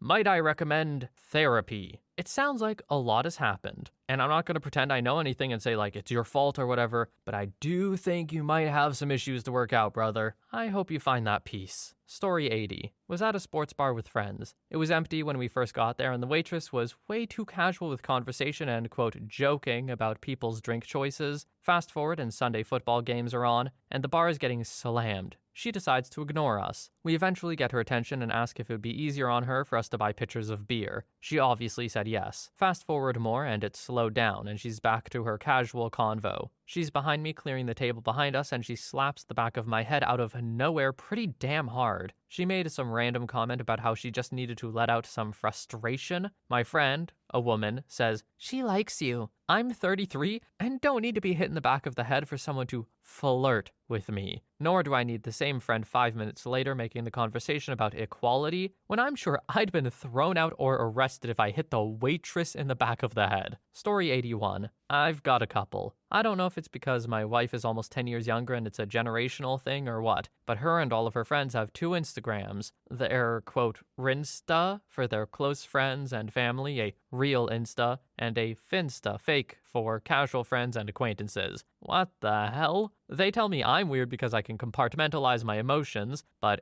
it's not weird to have separate pictures for different friends? What are you trying to hide? And I have to echo some of the other posters. Women are far more graphic in detail about their intimate encounters than the reverse in my experience. The most I've ever heard from a dude is, yeah, we screwed. Women will tell each other everything about it. It's weird and violating. One, I think would be hilarious if it weren't, legally speaking, a crime. You hurt her, and I'll murder you. If the sexes were switched, men would be in cuffs within hours. And more to the point, no, you probably won't. Story 82. I don't really have a concrete singular example of a behavior, but rather a set of behaviors that ultimately comes down to a total lack of awareness. I used to have this coworker, I left the job, she still works there, and for the sake of clarity, let's call her Angela. Things started innocuously enough. She would try to chat me up on the instant messenger client we all used, but I frankly had no interest in anything more than friendly chit-chat and would allow the chat to die out. From there, she would send me really weird messages like, You're a whole lot of fun wrapped up in a whole lot of trouble, but I think I can handle it. I don't know if that's a reference to something, but it just came out of nowhere and kind of creeped me out. I played it off again and again, let the chat die. Then it shifted again, and she would start saying things about me to the office with me right there. Another example. One of our coworkers is this 6 million-year-old goblin who thinks she's a manager in spite of being told by HR she isn't. Let's call her Christina Ursula Norris Thompson. The topic of discussion in the office towards the end of the day when Christina is out is how awful she is, and at one point turns to how much she dislikes me in particular. So at this point, Angela posits, Maybe she's just bitter because OP is young and handsome and she can't have him.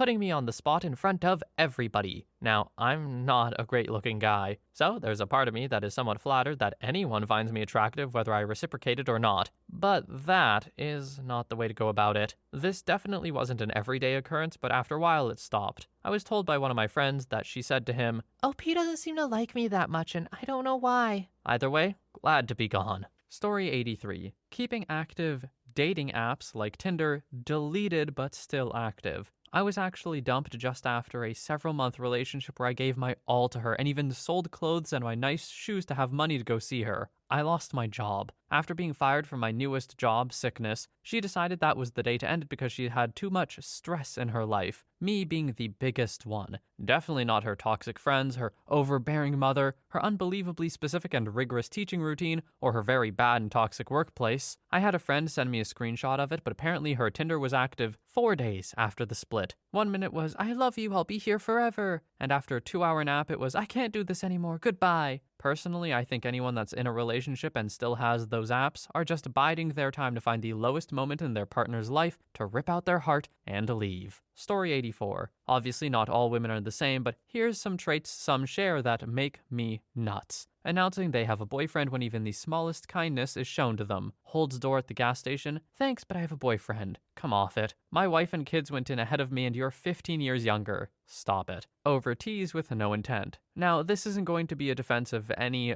salty jerks, so calm down your typing finger. This is a personal thing my wife does sometimes. Like she gets naked, does that sexy crawl up the bed, starts touching, kissing, and then shuts the door when I'm at attention. Like, come on. You're just gonna get me all worked up like that and not commit? She says, I just like to tease. Oh, then put gum in my hair or something. Now I gotta sit here uncomfortable for 10 minutes while the soldier goes back into the barracks blue-balled. And while not an excuse for dirtbag behavior, blue balls are a thing, ladies. And the little girl adult content eyes or that wispy voice thing, calling me daddy or generally any behavior that turns a woman into a little girl. I get it's a thing for some, but ugh.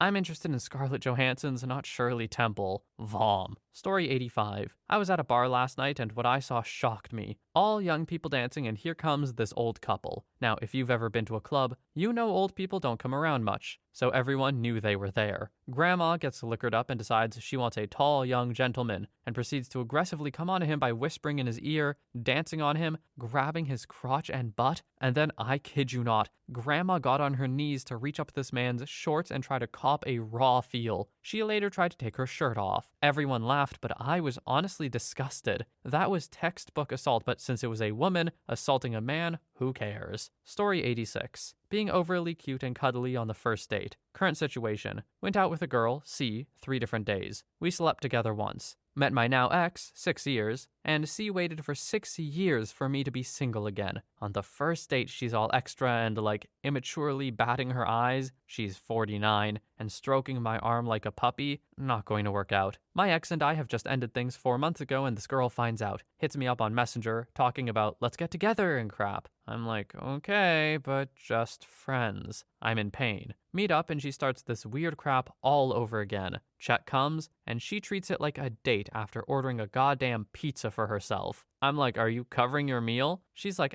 I thought you were taking me on a date.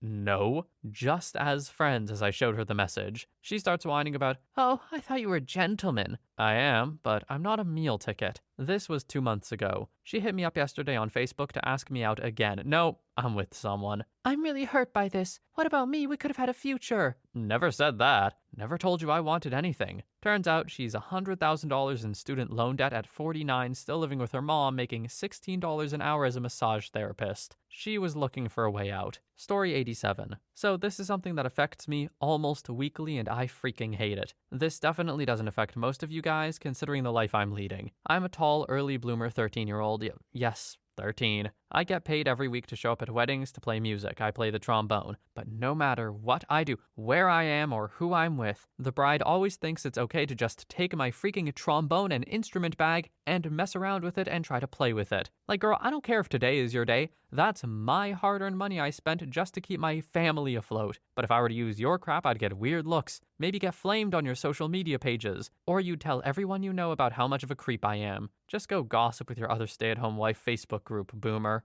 Sorry for the rant. Basically, what I'm saying is that lots of women feel like it's okay to just invade men's boundaries, especially if they don't know them. Story 88. Not so much creepy as much as it just irritates me. I have a habit of telling really bad jokes very often. Just general comments that cause groans and eye rolls when I say them. One of my female friends decided it would be okay to hit me in the stomach whenever I make a bad joke. Normally, I would be okay with this because she isn't the strongest person on earth, and my self-esteem issues usually lead me into thinking, yeah, I deserve this. The bigger issue I have with it, though, is that she gets really mad when anyone does anything negative to her, as in making jokes at her expense or lightly nudging her when mucking around with her. It's really irritating with her double standards and how she's able to manipulate people into taking her side whenever the topic is brought up. Story 89. Groping. Despite the notion in media that men are the jackals in the bar, grabbing and groping women, and that we'd be delighted if a woman showed any interest in us, ladies, it's not cool to just walk up to a guy and grab him by the balls. I'm not gonna call the police or anything, but you're putting me in a real awkward position here. I've had women literally reach down into my pants and grab me just for giggles at a bar. That crap isn't funny, and every guy in the country knows exactly what would happen if the roles were reversed. Story 90. Groping. It happens literally all the time. Back when I was training every day, I wore small, tight shirts because I liked the attention. I would constantly have women, complete strangers mind you, feel up my arms and shoulders, run their hands over my abs, or just flat out grab my crotch. It's most prevalent in bars, but I could be out grocery shopping and it would happen.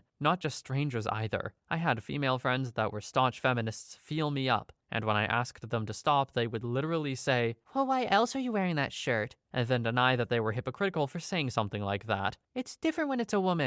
No, it's not. In my experience, women, especially white women, feel entitled to my body. Also, expecting that everyone else should pick up on their hints instead of just flat out saying what they think or want. The entitlement that everyone should not only hang on to their every word, but parse through what they're saying and try to figure out what they actually mean. And expecting to be given what they want. Or that they should always go first. Expecting money for just existing as a woman. The belief that they're always the priority in a relationship and all their wants and needs come first before mine. Basically just entitlement. The princess complex. Story 91. This isn't something women do. Just this one particular woman who I worked with a long time ago. She wasn't my type at all, but she was a nice lady. She was my height, 6'3", so she was a big woman, just to give an idea. She very obviously had a crush on me, and everyone in our training class knew. One day we're all having lunch together, and for some reason, the group was talking about children. I mentioned that I don't want kids, but if I had any, I would want a daughter. She locks eyes with me and says in an attempting to be seductive way,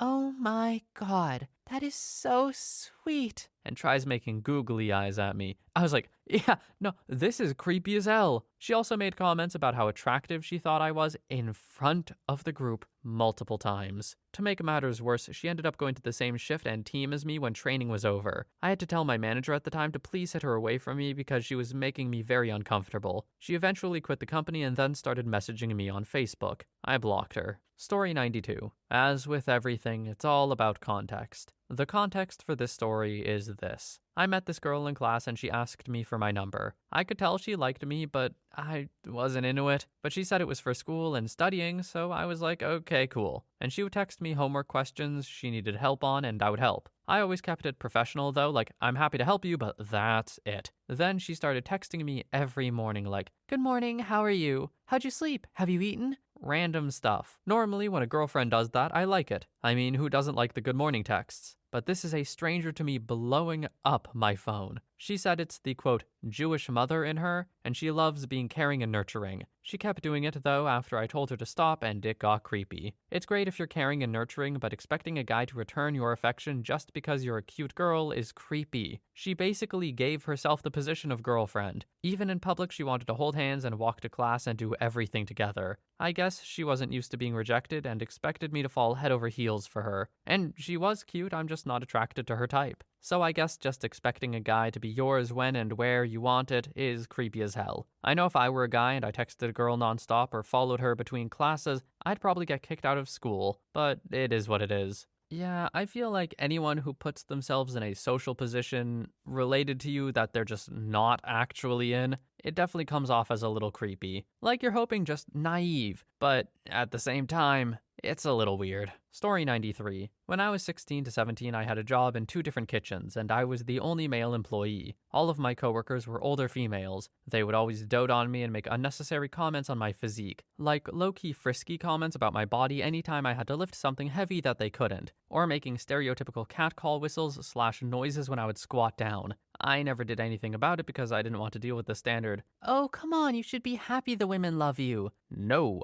I'm still a child. I really did not appreciate all of my middle-aged coworkers hyping me up. It isn't flattering. It's creepy and made me very uncomfortable every day at work. This stuff is never acceptable in any circumstance. Story 94. I've noticed harassment has a bit of a different standard for women. This woman at my job who I've slowly become friends with would do things like rub her breasts up and down my arm, pressed her breasts into my chest and my back. People saw, even my manager. Manager just stared and looked the other way. It didn't exactly make me uncomfortable, but I found it a bit odd no one really gave a crap. We haven't even hooked up or anything. Oddly, we have hung out and still do, but I didn't get any sort of flirty vibe from her at all. A different woman joked about screwing, and I found her a bit unattractive, so I didn't want to encourage anything. I fell silent. I think she sensed how awkward she made it, but then 3 or 4 days in a row, she would not stop asking me if I wanted to go smoke a blunt with her. I told 2 of my friends at work who are women and they both laughed and shrugged it off. She also started coming up to me asking for hugs when I had only worked a whole 2 or 3 shifts with her, and I barely even knew her name. One of my friends joked about me and that girl screwing, thinking it was funny.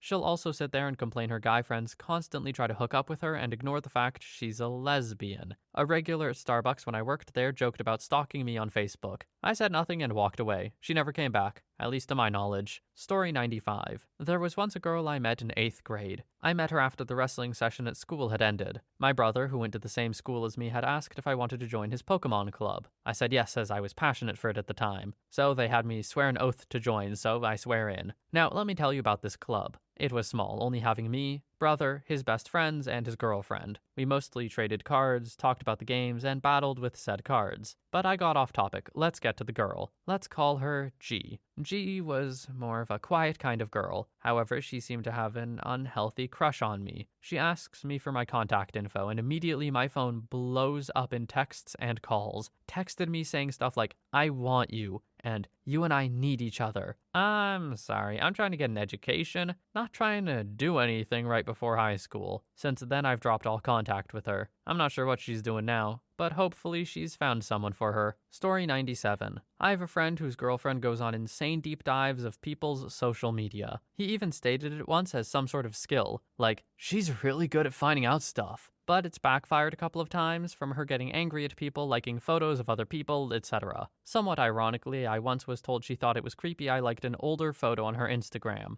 Just to clarify, I'm not saying it's creepy to look at that person's profile. I'm saying it's creepy to make a kind of red string web of connections based on the secondary interactions like some kind of sleuth. In general, I've noticed my girlfriend and other girls say things about otherwise total strangers as if it's public knowledge, and they only know these things because they actually retain tidbits from social media that everyone else just doesn't commit to memory. Story 98. I've had this problem a few times, but I've been friends with girls for a few months at a time, then they always ask, Wow, how do you not go for anyone you're friends with? I'm bi, so I kinda have to draw lines if I want regular friends. Then I get, oh my god, don't hit on me, playfully punch his arm. Or, my personal favorite, that's hot. Can you, help out with guys? You know what I'm saying? You know. Wink. No, the hell I will not. I drew that line for a reason. The amount of friends I've had to drop because they think being bi means I'm a intimate guru or a solution to their failing relationship is so bad. There's nothing else to blame except Hollywood, but holy crap, why do people assume that it's just normal? I'm a dude and it's sometimes bad for me, but I've heard of some girls that swing both ways getting some really questionable crap asked of them from both men and women. The only reason I bring this up here is because 9 times out of 10, it's a woman approaching me with offers of, quote, a totally hot threesome,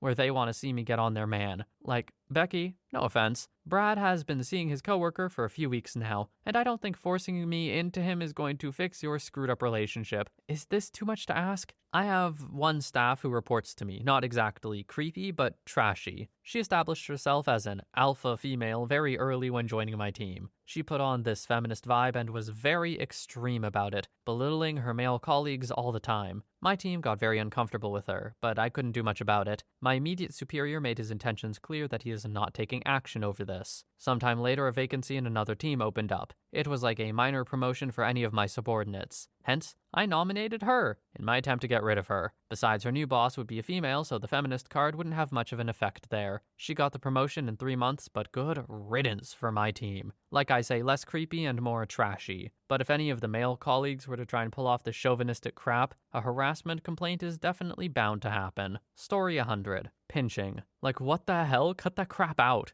I've known a lot of girls who would pinch guys if they got overexcited. Like how some dudes might smack your arm or shoulder or their own leg. These girls will just pinch. Some do little pinches, some would pinch and twist. Why? Why y'all gotta hurt people because you can't control your excitement? Pinch your damn self. But what takes the cake is this one woman I work with, she'll pinch real hard to leave bruises and welts hard. And she goes for nipples and ribs and armpits. She once pinched and twisted coworker's nips so hard she almost ripped out his piercing he had gotten that day. I've got scars and screwed up nerve endings on my back and under my arms that if I touch them just right make my body go haywire. Like it doesn't even hurt that bad, but it messes up signals and sends like electric shocks down my spine that make my knees buckle. It's kind of hard to explain. They can be triggered with just a slap on the back or a particularly thick and ornery shirt seam. After she pinched one once, I told her about them and to be careful with me. Now she aims right for where she thinks they are, and I'll be screwed by a rabid rhino if she doesn't hit them every time.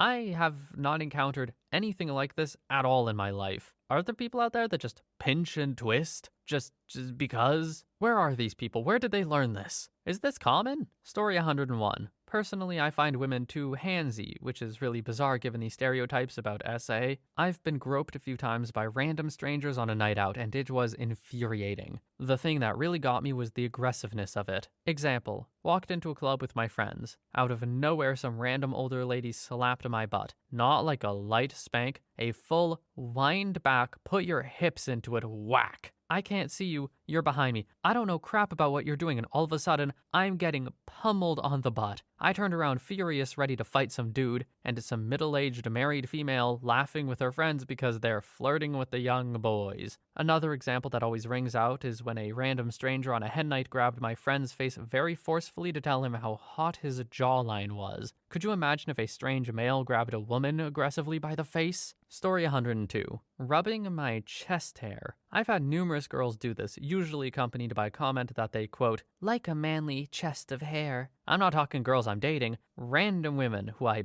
barely know. Okay, fine, I don't really mind all that much, aside from it being a bit awkward. But if we reversed the situation and I stuck my hand down a woman's shirt and began rubbing her chest and exclaiming how I loved how feminine she was, I'd be in jail and on a list, be fired and publicly shamed, tens of thousands of dollars in debt to legal fees, have a restraining order filed against me, and be unable to live within a mile of a school or park. If I had kids, they'd be taken from me. I'd be virtually unemployable. Every interaction with law enforcement would be colored by this one incident, leading to a life of harassment and always being fearful that I would be run out of town if anyone found out. Social media would conspire against me. My family would disown me. My ISP would drop me because they won't service known offenders. And even online gaming services like Xbox Live and PlayStation Network ban known offenders. My options in life would be reduced to essentially nothing. But if a girl does it, it's, quote, cute and flirty. If some girl touches my chest, it doesn't really bother me. It's not the end of the world, and it's often not unwelcomed. But it is an unpleasant reminder of a pretty big double standard. Story 103. Sharing every single little detail of their intimate partners with their friends. His dong leans left. Her friends know that. He has insecurities about some part of his appearance. Her friends know that. He doesn't get along with his dad. He's afraid of spiders. Has some weird thing he's into. Guess what? Friends know. Sidebar. When I was a teenager, I had a female teacher that was very good friends with our class.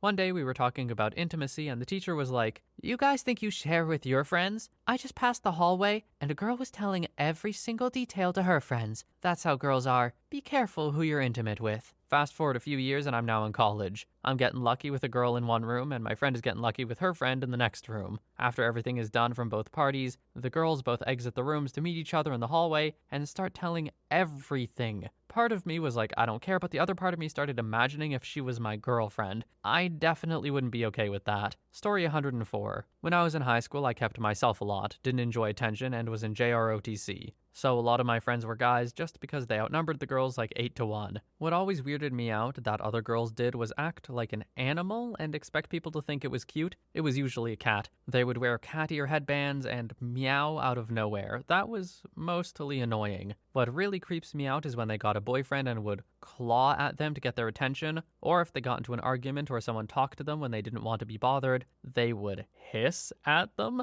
completely unironically, and expected people to respect them and their boundaries. We had one girl like that in JROTC, and what made it even creepier is that she was like 5'11 and 250 plus pounds and acted like a cat. Cats are generally small and delicate creatures, and her boyfriend was a furry, completely separate but equally awful story, and was like 5'7 and 120 pounds. She expected him to treat her like she was small and would hiss at anyone who spoke to her except for him. She would also purr and rub her face on his shoulder like nuzzling or something, but it was freaking weird. My instructor finally drew the line when A, she and her boyfriend both wore cattails that connected to the belt of their uniforms on inspection day, and B, she started to meow in response to the roll call, and would hiss at the end of Creed. Story 105. I was at a bar having a couple of beers with a female classmate/friend, just catching up and talking crap. She went home and I went out to meet some girl I'd been seeing for a week. While we were at a club, my classmate texted me something. The girl I was with asked who I was texting. I just told her it was some girl in my class, and somehow she had seen me at the bar with my friend earlier. Then she took my phone, I sort of let her. She kissed me and took a picture, then sent it to her. The day after, I apologized to my friend. Told her the girl I was hooking up with had seen us at the bar and then got jealous. We joked about it and I'm still friends with both of them. Still some booty time, but not as often as I would like. She's pretty chill when I got to know her, so I don't understand why she had to take the photo and send it in the first place. Not cool. Story 106.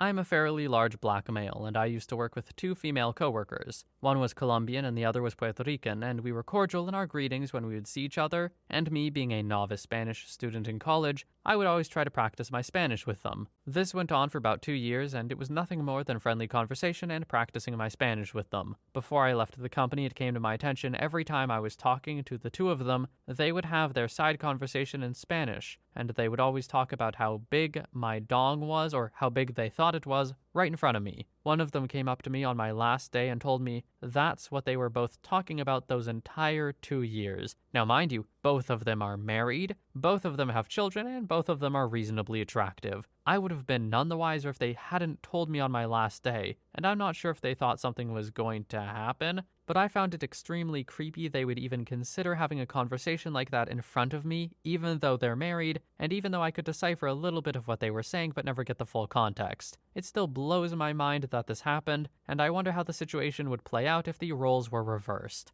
Okay, yuck, this is actually really creepy. They had to have thought something was going to happen by telling you, right? But even then, I can't imagine having a conversation like that in front of someone, even if I was sure they didn't know what I was saying. That's just so weird, man. Story 107. Don't know if this counts as creepy per se, but my closest friend who I used to have a massive crush on, which she knew, and which is part of why this whole situation was uncomfortable, when I went to visit her with some other friends, we ran out of beds. I was fine with sleeping on the floor since I've slept on far, far worse. Nope, she said it was fine if the two of us shared a bed. So I got in and was hanging half off the bed since I didn't want to feel her body heat. She grabs me and yanks me more onto the bed, saying that I was uncomfortable. Then, while we were talking, she inches closer and closer until she had her arm around me and we were in kissing range. Then, she pulled my arm up around her, so I was holding her. I don't remember much of what happened next, but she ended up with her leg around my lower half and saying she was kind of frisky. I laughed it off since we had been joking like that since our early teens, and there was no way in hell she was into me after rejecting my advances numerous times over the year, but to this day it bothers me and I wonder if I should have made a move. We are still close, but never talk about that, or other incidents where we've cuddled for that matter, especially since she has a girlfriend now and I wouldn't want to harm their relationship. Story 108. So obviously, not all women. 1. Playing hard to get. I once met this female friend at a university party. Over the summer, I worked out, I bought new clothes, and even got a new haircut. Every time I met her, she would tell me I looked good, get in my personal space, grabbed my butt or crotch in public, and once even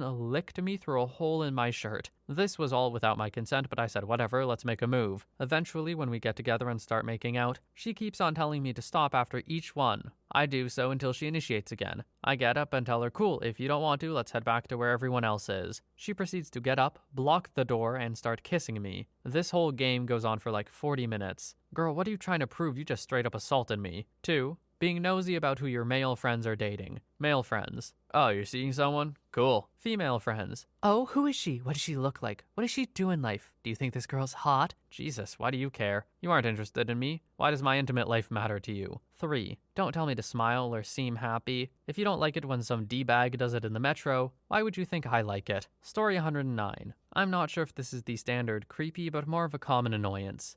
Some context. I have a strict, I don't buy strangers drinks rule when I go out. Unless I came with you or was planning to meet you there, it's a no from me, dog. Recently, I went out to a local pub with a friend to watch the football games. We ended up meeting this group of girls and hung out with them for an extended period of time. Now, I'm not ashamed to admit it. I was the ugly friend compared to my buddy who honestly looks like he could be Ryan Reynolds' brother. Most of the girls were thirsting over him the entire night. It was mildly entertaining at first, but as the day went on, I could tell it was starting to annoy my friend. Anyway, we break off from this group and one of the chicks kind of follows us around for a bit. I'm sitting at the bar alone while my buddy uses the bathroom. Chick sits next to me and says something along the lines of, Hey, when your friend comes back, what would you say to buying me and my friends a round of drinks and coming back to our table? I politely decline, say me and my friend are probably going to leave after the game was over. She then proceeds to have a child in a toy store tantrum about how cheap I am and how none of her friends were interested in screwing me or my friend anyway. It's all too common for girls to take advantage of lonely dudes for free drinks, food, etc. I don't feel bad for those girls, though. They got some revenge of the nerds-looking dudes to buy them drinks shortly after the main chick's temper tantrum. Story 110.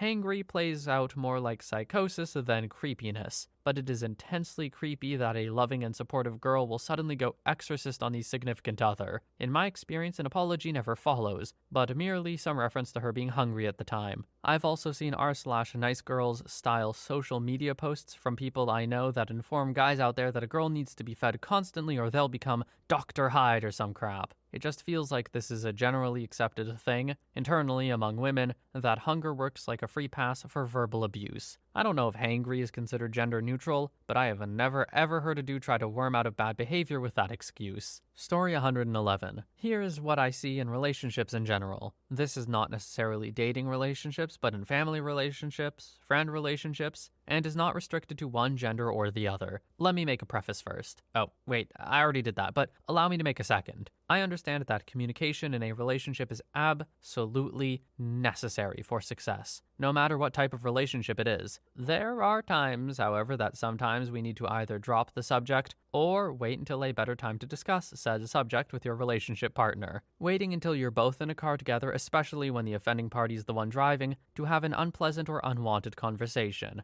I find that this is particularly the case when the individual initiating the topic is planning to lecture the other person about something. When a person does this to another person, that means the other individual is a captive audience and cannot get away from the other person. That is an unfair advantage on the other party. My wife and I have been married for over 30 years, and there are occasionally conversations we have to have with one another that can be unpleasant or difficult. We have a strategy.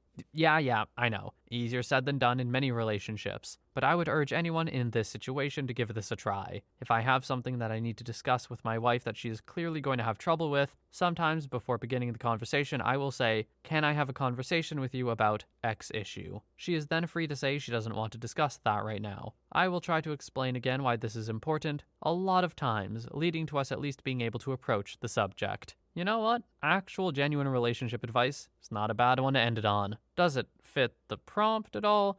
Not really. But OP had at least a little wisdom in there, so I figured keep it in. And on a somewhat positive note, I feel like threads like these can hold a lot of negativity, you know? Anyway, as I said, last one for today. I would like to thank you all so much for watching. I hope you have a wonderful day or night, wherever you are, and I will see you in the next one.